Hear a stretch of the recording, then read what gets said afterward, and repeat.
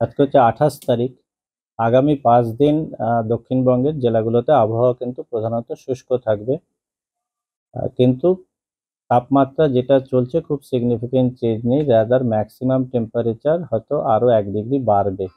ফলে যেটা হচ্ছে যে ঠান্ডার যে অনুভূতি যেটা আমরা অনেক দিন ধরে পাচ্ছি না, সেটাই কিন্তু কন্টিনিউ করবে। দুদিন বাদেই 1 তারিখ আমাদের 1 জানুয়ারি নববর্ষেও কিন্তু খ্রিসমাসের মতন কম ঠান্ডা থাকবে। গরম বলছি না, কিন্তু এই সময় যে ঠান্ডাটা থাকা দরকার সেটা কিন্তু থাকবে না 1 জানুয়ারি 2024 সালেও। ফলে দক্ষিণবঙ্গে আপাতত যে ওয়েদারটা যেটা থাকছে সেটা শীতকালে নর্মালি যেটা থাকার কথা তার থেকে বেশি গরম। উত্তরবঙ্গের ক্ষেত্রে প্রথম 24 ঘন্টায় কালিম্পংয়ে একটু হালকা বৃষ্টির সম্ভাবনা, দার্জিলিংয়ে বৃষ্টি হালকা আর হায়ার রিচেসে একটু স্নোফলেরও সম্ভাবনা থাকছে। বাকি দিনগুলো কিন্তু মূলত শুষ্ক আবহাওয়া। এবার এটা হচ্ছে কেন, যেটা হচ্ছে সাউথ বাংলাদেশ এবং অ্যাডজয়নিং রিজিয়নের উপরে একটা ঘূর্ণাবর্ত আছে, যার ফলে কি হচ্ছে আমাদের রাজ্যে প্রচুর ইস্টার্লি উইন্ড ঢুকছে এবং ময়েশ্চার আসছে।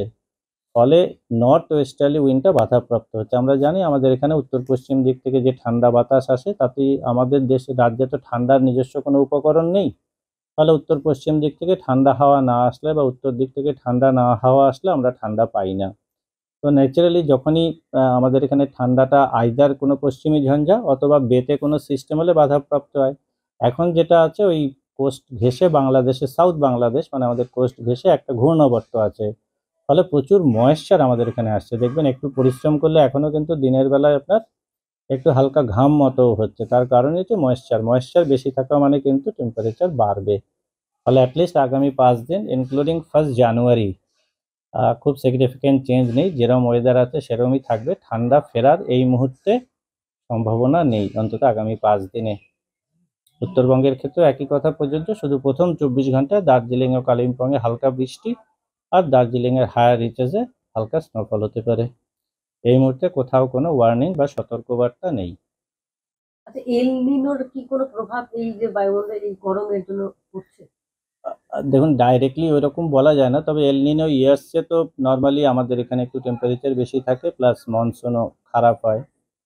তো কিন্তু সবসময় যে ওরকম 1 to 1 কোরিলেশন থাকে সেরকম নয়, কেননা কিছু এল নিনো ইয়ারে দেখা গেছে হয়তো উল্টো রকম।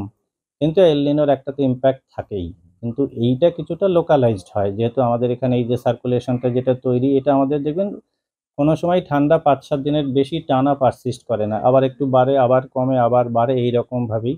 এটা মূলত হয় বেতে কোনো সিস্টেম হয়ে গেলে অথবা যদি নতুন করে কোনো পশ্চিমী ঝঞ্ঝা আঘাত করে। আবার কি জাতীয় শীত পড়তে পারে? আপাতত কিন্তু 3-4 তারিখ অবধি সম্ভাবনা নেই।